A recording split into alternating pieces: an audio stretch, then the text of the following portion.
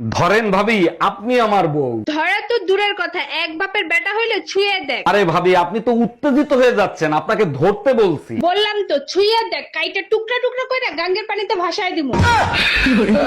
অরুণ ভাই, এত তাড়াতাড়ি নামাজে যাচ্ছেন? নামাজের তো এখনো দেরি আছে। হুজুরের কাছে একটা প্রশ্ন করব, তো তার জন্য একটু তাড়াতাড়ি যাচ্ছি। আজকে আবার হুজুরের সাথে কি ঝামেলা বাঁধাবেন? অজু করে মসজিদে যাওয়ার পথে কোনো মেয়ের সাথে যদি টাচ লাগে, তাইলে অজু থাকবে না থাকবে না?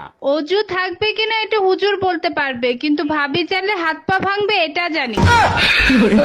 আচ্ছা ভাবি, মনে কিছু করবেন না, আপনারা যে 10-12টা বাচ্চা নিলেন, তা আপনাদের লজ্জা করে না? ভাই লজ্জা তো আমার করে, কিন্তু নির্লজ্জ বেহায়া জামাইটারে কেমনে লজ্জা দিমু সেটাই ভাবছি। ও আচ্ছা, তা ভাই কি করে? এতগুলো বাচ্চা দেখার পরেও বলেন কি কাজ করে?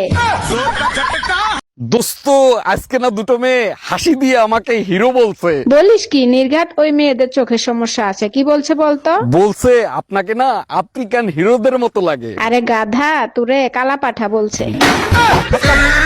ভাবি, শীত তো চলে আইছে, এবার শীতে কি পরিকল্পনা করছেন? মার্কেট থেকে মোটা কম্বল কিনে আনবো, তারপরে নাকে তেল দিয়ে ঘুমাবো। ভাই তো বিদেশ থাকে, একা একা কম্বল গরম করতে পারবেন? ভাবি লাইনে আছে, আপনারে বলছে কম্বল গরম করে দিতে।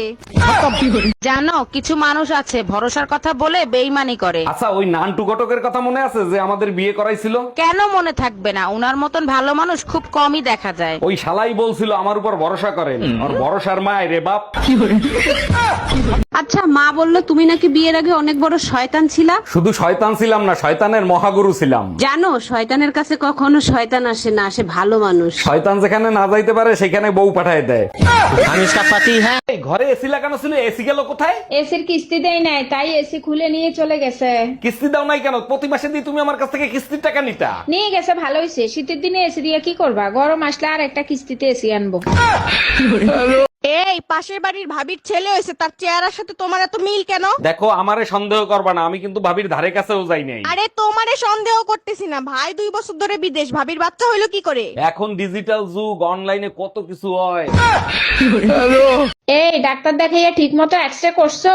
হ্যাঁ করছি, এক্সরে রিপোর্ট ভালো না। হাড্ডি একটা ভাঙছে না দুইটা ভাঙছে সেটা বলো আগে। যে মাইর দিছো হাড্ডিকে একটাও থাকার কথা, দুইটাই ভাঙছে। কতবার বলছি সকাল দুপুর রাতে আমার সাথে তর্ক করবা না। দিন রাত 24 ঘন্টা বাদে যে সময় পাও সেই সময় তর্ক করবা। আমি इसका पति है। ভাবি, দুধ নিয়ে আসছি, দুধ নিয়ে যান। ভাই, আপনি দুধে ভেজাল দেওয়া শুরু করছেন, উপরে আল্লাহ আছে, তারে তো একটু ভয় পান। ভেজালের কথা আপনার মুখে মানায় না। টিকটকের ভিডিও দেখেন আর নিজের চেহারা আয়নায় দেখেন, আল্লাহ কান, আপনি নিজে ভয় পাবেন। ও তো আপনার কপাল ভালো, আমি কমেন্টস করি নাই। ওরে আমার বাবুটা, তুমি কেমন আছো সোনা পাখি? ভালো আর রাখলা কোথায়? তুমি তো আমারে ভুলেই গেছো। ভালো করে দেখো, তোমারে আমার কলিজার ভিতরে ঢুকাইয়া রাখছি। কেমনে দেখবো বলো? তুমি তো সব কাপড় চুপড় দিয়ে ঢাইকে রাখো। এই কি হয়েছে তোমার? আর বইলো না, শরীরটা অনেক দুর্বল, একদমই নড়াচড়া করতে পারছি না। প্লিজ ভাতগুলো নিয়ে খাও না। আমি আরো তাড়াতাড়ি অফিস থেকে আসলাম, তোমার ঈদের মার্কেট করতে নিয়ে যাবো। আরে কি বলো, আমি তো মজা করতেছিলাম। আমিও মজা করতেছিলাম, বাদ দে। যাক, অবশেষে আমাদের প্রেমের ফুল বাসর ঘরে ফুটলো। মুই তো কোনোদিন হপনেও ভাবি নাই যে মগো বাসর গরইবে। এই তুমি খাটের তলে কি করো? আম্মা নক করছে তো। আল্লাহ বাঁচাইছে, মুই তো বুঝলাম পুলিশে রেড দিছে।